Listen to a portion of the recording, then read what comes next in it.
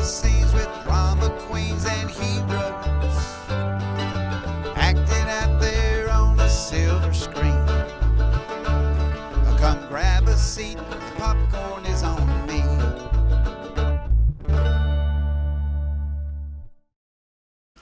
Hello, welcome to Meet Me at the Movies. Noel T. Manning, the second here, hanging out with Sir Thomas Manning. Why? Because nobody else really wants to spend time with me on this show unless I give them like a movie pass or movie pass. Yeah, if I give them that, it'll work for about a day. And then, sorry, maybe I Well, shouldn't have said that, but we've had our run-ins with movie pass for sure. I thought you were making a joke at my expense at first when nobody else wants to spend time with me. I thought you were going to say with him. Uh, No, so see. either way, though, it can probably apply to either one of us. That's exactly right. Well, Thomas, good to have you back. We were really thankful to have Jacob join us last week. Jacob Throneberry, and we spent some time talking about biopics. And you missed us on that one, but you called us the other go round, and he did talk about Moneyball, which was on your list as well. We're going to do a part three, so we'll have a trilogy in that. So hopefully you can join us for that. But Jacob, thanks for joining us last time. And today, Thomas, we're going to be talking about the summer that was. Now, summer, let me let you know, summer's not officially over yet, but people are going back to school. You got elementary schools, K-12, all in getting back into action. Colleges and universities getting back into action as well. But the summer box office still has a few things to throw at it. But Thomas, I think as far as the major surprises, the major disappointments, the major hits, I think they're kind of behind us. Do you feel the same way? Yeah, I would say so. Like, unless the Meg 2 becomes like a massive, like, four quadrant hit out of nowhere, then maybe that'll be the last surprise. But I'm Yeah. pretty sure that through the end of July, we have a pretty good idea of what things will look like this summer. Yeah, and the Meg 2 did, I think, exactly what they expected opening weekend, but I don't think it's going to be one of those that's going to be a Barbenheimer kind of thing in its second, third, or fourth weekend. But we've had some fun this summer, and we've also had some things that kind of surprised us both from a positive and negative standpoint. And I'll kind of let you dive in. We're going to kind of be all over the place, and we're also going to be talking about, or at least I will talk about home streaming as well, because there were some really amazing things that came out for home viewing as well. So Thomas, I'll let you dive in first. Yeah, so I think that something that we can start off talking about, or two movies that we're going to be talking about throughout a lot of this show. We can talk about Barbie and Oppenheimer. And at this point, I've seen Barbie twice, seen Oppenheimer once. I don't think you've seen either one of them yet, have you, Noel? No, I have been asleep at the wheel, and so that's why I've been bringing in other people to kind of help carry the weight and drive the vehicle. So, yeah, man, it's amazing. At this point in time, you would have thought I would have seen those, but I haven't. It's life has kind of gotten in the way, and some speed bumps have hindered me. But they're definitely going to be on my list to see before award season and before they leave theaters. Well, that's okay. I'm happy to carry the weight on this one. But Barbie is the biggest domestic hit of the year so far, and it for Greta Gerwig, she's the first female director to ever have a film cross $1 billion at the worldwide box office, which is just absolutely staggering. And I think a lot of people, there was a lot of hype around the industry and just pop culture in general leading up to Barbie and Oppenheimer being released on the same day. These two films that kind of seem like counter programming, but I think that there's also some overlap in those audiences, and even people who might not have had an interest in one over the other, they just kind of got caught up in just being a part of the cultural conversation of it and wanting to do the Barbenheimer double features and wanting to dress up and go and be a part of this community, this community aspect of going to the theaters in the summer. And that in turn has led to both Barbie and Oppenheimer being even bigger hits than originally anticipated. And it's been so cool to see, um, you know, I have a lot of friends and family who aren't as deeply entrenched in the movie culture as me, but even them I've heard talking about this phenomenon of Barbie and Oppenheimer, and I've seen them dressing up in all pink or dressing up in a suit and tie and going to watch Oppenheimer, and it's just really made me happy to see this, and to that cinema is still very much alive and well, and even though it had been a fairly disappointing summer at the box office and also in terms of quality for some movies that we've been looking forward to. These two definitely delivered, and it's just been it's really just brought a smile to my face to see everything that we've seen result from these two movies. The amazing thing with Barbie from a cultural phenomenal standpoint and Oppenheimer is they both are these non-intellectual property, and I say that Barbie is definitely intellectual property, but it's the first time we've ever seen Barbie live action on film like this. And Oppenheimer is an awards caliber film, so both of those being released the same weekend, there was a lot of questions on like, wow, what is this going to look like? Barbie expectations going in were okay, but it far exceeded that from a studio standpoint, and I think from audience standpoints and critic standpoints. Even though they liked it, nobody that I've talked to ever expected anything like this. So kudos to both of those films for what they've done during this kind of last blast of the summer. Wow, amazing, absolutely amazing. I think those are surprises on a positive standpoint. Well, Thomas, I'm going to dive in with a disappointment for me. There were actually a couple, but one probably stands above the rest, and it wears a fedora, and that's Indiana Jones and the Dial of Destiny. Had high expectations for this film. More like the As dial of disappointment, am I right? exactly. Yes. I did have high expectations. I brought baggage going in from a positive standpoint. I love the character. I have appreciated what the films have done so far, and some films I liked in this franchise better than the others.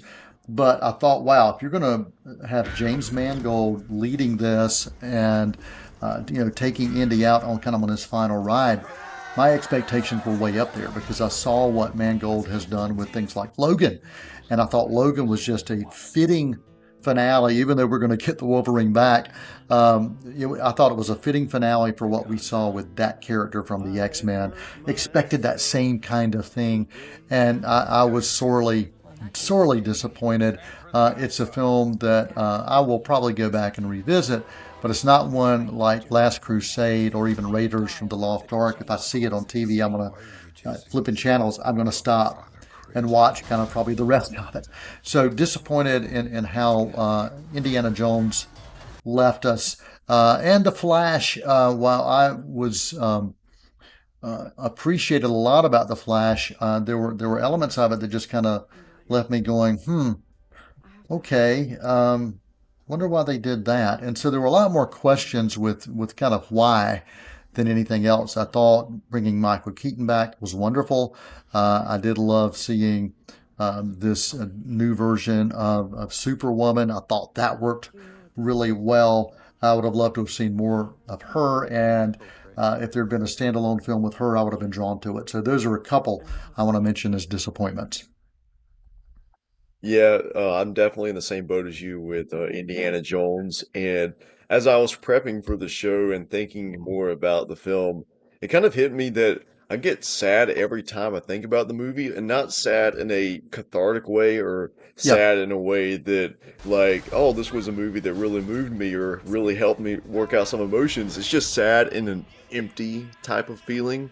yeah, And just it left me with this almost kind of felt like a void of like the emotions I should be feeling were just completely empty, and just that's not what you want from a serial adventure yeah, blockbuster like Indiana Jones, and a movie, this franchise has brought so much joy to many people over the years, yeah. and even even though it gets dark in many aspects, like Temple of Doom is a really dark film, and that kind of invented the PG-13 rating, and that was the source of a lot of controversy. There's always something joyful to be found in each of these films, and for Dial of Destiny, I really just for me personally was not the case. Yeah, and I love the character. I mean, look at this. I've got these Indiana Jones books. I've got tons of these things, including, Indiana Jones Chronicles. And so I love reading the stories of this character. And I have going back to when I was a teenager. And so pure excitement. But yeah, the Dial of Disappointment, absolutely. Now I'm gonna do an interesting transition here. We're talking about farewells. The farewell to Indiana Jones really left me wanting more. But there was one farewell that I saw this summer, and I was sad, but it was in that kind of heartfelt way where I was like, man, I'm going to miss these characters. And that's Ted Lasso. The series finale with Ted Lasso for me was absolutely perfect. And do I want more? Would I want more of these characters? Yeah, absolutely. But to me, when you can end a franchise in a way that makes you want more, but want more in a way with going, dang, you know what? Fitting in, but I'd love to see them. I'd love to get together with them again. That's how I felt with watching Ted Lasso end after season 3. Yeah, a couple days ago, I was listening to the song by Ed Sheeran that he wrote as an original song for the finale. A Beautiful Game is the title of the song. And, soccer is called The Beautiful Game. But the song is about how life is a beautiful game. And that's, I think, when you're able to, what Ted Lasso did so beautifully was, use sport as a metaphor for life and vice Yeah. versa.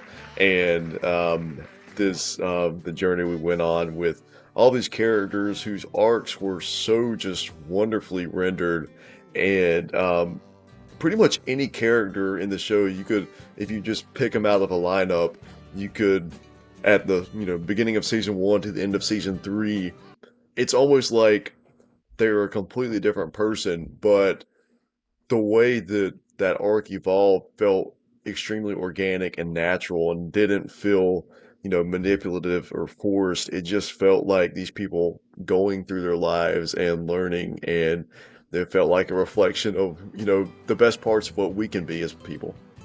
Yeah, over the course of this series, 3 seasons, I could probably handpick the episodes that I felt that didn't provide a whole lot for me, and it was very few. There were very few that I would say are just, backdrop episodes or throwaway episodes. But overall, you're right. The character arcs and the stories that were presented within the episodes mattered, and they had meaning. Love the series. It's one that I will continue to go back and revisit time and time again. And you and I both have been fortunate enough to be able to talk to some of the characters and those behind the scenes that made this show possible and made it so successful. So Ted Lasso, if you folks are out there and have not seen Ted Lasso, check it out. I think you will learn something about yourself, about life, and about others as well. Thomas, any final thoughts about that before we go to a quick intermission and come back with more? Well, Ted Lasso was the blueprint for the mustache I have right now, and I plan on keeping it and moving it forward, and keep trying to expand the influence of the Ted Lasso stash. Awesome. Well, we'll see if we can find some other mustache related folks that you may want to look at as well. Ron. Ron, Last name? done. Is that your name, or are you telling me you're finished talking? Both. We appreciate everybody joining us right here on Meet Me at the Movies. We are talking about some of our summer thoughts as we reflect on the summer of 2023. That's Thomas Manning. I'm Noel T. Manning II. You're watching Meet Me at the Movies on C19 TV. And if you're listening through WGWG, we appreciate that as well. Hang around after this quick intermission. We're going to be right back with more of the summer that was. Won't you come and meet me at the movies? watch a flick. Hey, I'm David Allen, back as armchair quarterback host for 2023. I'm Guy Suttle from C19 TV Sports. And I'm Rob Roop from KTCBroadcasting.com. What's in store on the gridiron for 2023? Each week we look at all 4 Cleveland County High School football teams, Burns, Crest, Kings Mountain, and Shelby. We will look at what happened the week before and look ahead at what's coming up this week. And we'll also discuss ACC, SEC, and Gardner-Webb college football. And of course, the NFL and those Carolina Panthers. So don't miss another great season of football right here on Armchair Quarterback on C19 TV and online at c19.tv. Education is our most powerful tool to improve and change our world. Hi, I'm Rhonda Benfield, your host for School Matters. Join me for a new program every other week with information from and about the students and staff of Cleveland County Schools. Discover what our schools are doing to challenge students and help them reach their full potential. You can catch us on Spectrum Cable Channel 19 or stream us live on c19.tv. Won't you come and meet me at the movies? Won't you come and watch a flick? Hello, welcome back to Meet Me at the Movies. I am Noel T. Manning II, hanging out with Thomas Manning. We are talking summer films 2023, looking back. And of course, summer's not over yet, but as far as we're concerned, it pretty much is from a standpoint of the box office or at-home streaming, and we've been talking a little bit about both. Well, Thomas, what's next on your list that you want to make sure we cover today before we wrap up the show? I definitely want to spend time talking about Mission Impossible Dead Reckoning Part 1. And this is a movie that I think Paramount is a little bit disappointed with its box office performance. As of the time we're recording this, it's close to $500 million, which for pretty much any movie, they would be absolutely delighted with that. But for a big blockbuster franchise led by Tom Cruise, I think they were hoping for a little bit more. They were hoping for it to have a bit longer legs, but this was released like a week and a half before the Barbenheimer phenomenon, which definitely cut into the box office performance of Dead Reckoning. But all of that aside, I was just so deeply in love with this movie. And I'm someone who over the years has just really developed a passion for this franchise that places such an emphasis on practical action filmmaking and Tom Cruise risking life and limb for us and for cinema. And I think Tom Cruise and then director Christopher McQuarrie, their sensibilities, creatively, and just their intense passion for storytelling, it really shines in every moment. And I believe it was Simon Pegg, their castmate, who said that seeing Cruise and McQuarrie work together is almost like what it must have been to see John Lennon and Paul McCartney work together. Wow. And, Wow. and that's pretty much about as high praise as you can get. And so this was McQuarrie's third film in the franchise. He picked up with Rogue Nation in 2015, and then also did Fallout. And now with this film that was delayed multiple times and underwent multiple, production issues with the COVID pandemic. But it felt like it was a movie that was just out of reach for so long. And then when it finally came, it basically hit me exactly where I was hoping it would. And, you and I saw this together at a press screening in IMAX. And I think you and I both walked away from this one just riding this high that, really was almost unlike any other films has made me feel this year. Yeah, there were two films this summer that I walked away from going, man, that's a movie going experience. And I'm really glad they got a chance to be a part of it this summer. That was one of them. As you said, we've been waiting for this film for so long. So the expectations kind of get built up. And this one, to me, exceeded those. It was just a wonderful popcorn flick, setting you up for what is to come in the second part of this film, Dead Reckoning Part 2. And I just came away with a smile on my face because of what I had seen. I had seen a movie star who continues to perform at his best, and that is Tom Cruise. And I saw a film and a story and the action and all that goes along with it that took me along for this ride that I was expecting to find in Indiana Jones and the Dial of Destiny. And Dead Reckoning Part 1 far exceeded that kind of experience for me. The other one was Guardians of the Galaxy Volume 3, which really kind of launched the summer back in May. I had that same just feel-good vibe of going, man, this is what kind of the summers are built for from a movie-going standpoint. And I'm glad I got a chance to be a part of that as well. And we got to say some goodbye to some of those characters, or at least some of those team members in that particular way as well with Guardians. So yeah, Mission Impossible Dead Reckoning Part 1, solid film, and so glad I got a chance to see it. I wish more people had taken advantage of seeing this, because it is a film that in IMAX on the biggest screen, biggest sound possible, will make it so much better. It really, really will. Yeah, and I'm glad you mentioned Guardians Volume 3 there, because that was going to be my farewell pick. As you mentioned, Ted Lasso and Guardians, two beautiful farewells this year. And for Guardians, we have followed those characters and that team for a little bit longer than Ted Lasso, a decade now. The first Guardians came out in 2014. And James Gunn, seeing him just follow his vision throughout this decade, and even despite some issues James Gunn had himself, he was initially fired from production of the third Guardians due to some past comments he made that kind of came back to haunt him. But then I think eventually, after some conversations, it looks like that James Gunn had basically paid his dues and, come to terms with who he is now. And I think that was and then kind of seeing him channel that into these characters, which these characters, it's all about people who are learning from their past mistakes and learning to better themselves and learning to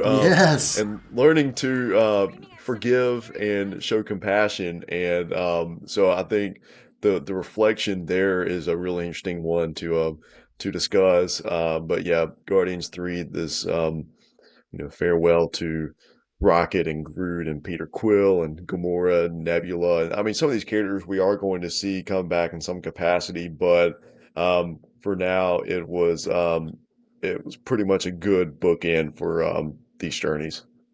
Yeah, I want to mention one more superhero related franchise film before we wrap, kind of piggybacking on the Guardians, and that's Spider-Verse. Seeing this second installment of this, and it's the first of a trilogy, and we don't know when that third film is going to come out now. I think it's kind of indefinitely postponed. Is that right, Thomas? For the third Spider-Verse, so we're not sure exactly what that's going to look like. But I tell you, the second one, in many ways, from an artistic standpoint, it definitely transcended and exceeded what I saw in the first one. And I thought the first film was a masterpiece in a lot of different ways.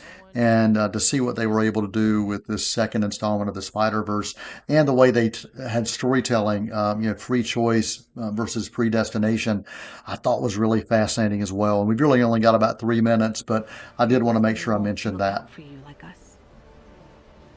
Yeah, I'm glad you mentioned Spider-Verse as well. And that's one I still haven't checked out a second time. I was supposed to go back and see it in IMAX, but then when I arrived at the theater, not going to name the theater, but they've been having some major technical difficulties, and so they're like, yeah, so unfortunately, all of our screens are closed down for today.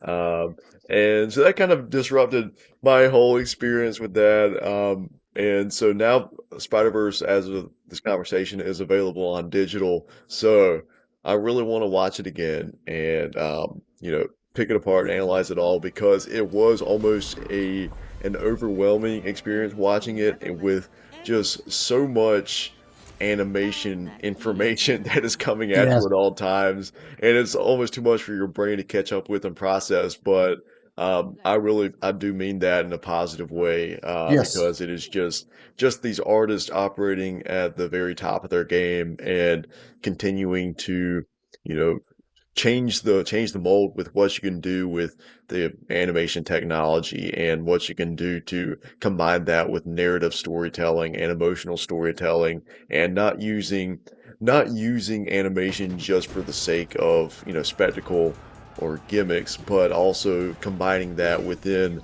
a character-driven drama and a character-driven narrative. Yeah, absolutely, Thomas. I do want to mention quickly, we had talked about Guardians. If you have not seen Guardians Volume 3, that is now streaming on Disney Plus. And I want to also offer one more farewell and probably the best revival of a character for me, and that was Michael Keaton's Batman when The Flash. It was wonderful to see this character back that Tim Burton brought in the form of Michael Keaton as Batman and Bruce Wayne. It was so wonderful to see that character on screen again, and that particular character in The Flash did not fail for me. It was an incredible success, and there was a farewell there for that character, and it was well done. Well, Thomas, you have like 42 seconds. Any final film or character or TV series you want to make sure you mention? Asteroid City, the Wes Anderson film, and there's a line from Tom Hanks' character in this film that I'll just read this line. He says, "In my loneliness, I've learned to give complete and unquestioning faith to the people I love." And I just think that's a sentiment that I can really get behind and that really speaks to me, and I think speaks to a lot of people, probably including you as well. Yeah, absolutely. Absolutely love that, Thomas. Thanks for sharing. And again, love that film as well. If you're looking for something that is amazingly binge-worthy, my favorite binge-worthy series of the summer was Hijack with Idris Elba. It's 7 hours of high intensity, high octane, and it will make you hold your breath and then take a deep breath at the same time, and then release that tension. It is an amazing series, and I highly recommend that if you get a chance to check that out. Well, you have been watching Meet Me at the Movies, the summer that was 2023. We gave you some of our thoughts and reflections. We appreciate you spending time with us. As always, you can always email us at info@c19.tv. That's info@c19.tv. And we do appreciate Tim Foster, who continues to help us make this show possible, and all the cast and crew for Meet Me at the Movies. And until next time, for Thomas Manning and for Meet Me at the Movies, I'm Noel T. Manning II. That's a wrap. Many films to view until we meet again. Next time we see you, we'll gladly fill you in. We'll tell about the happy and the sad ones. We'll talk about the good ones and the bad ones. Many films to view till we meet again.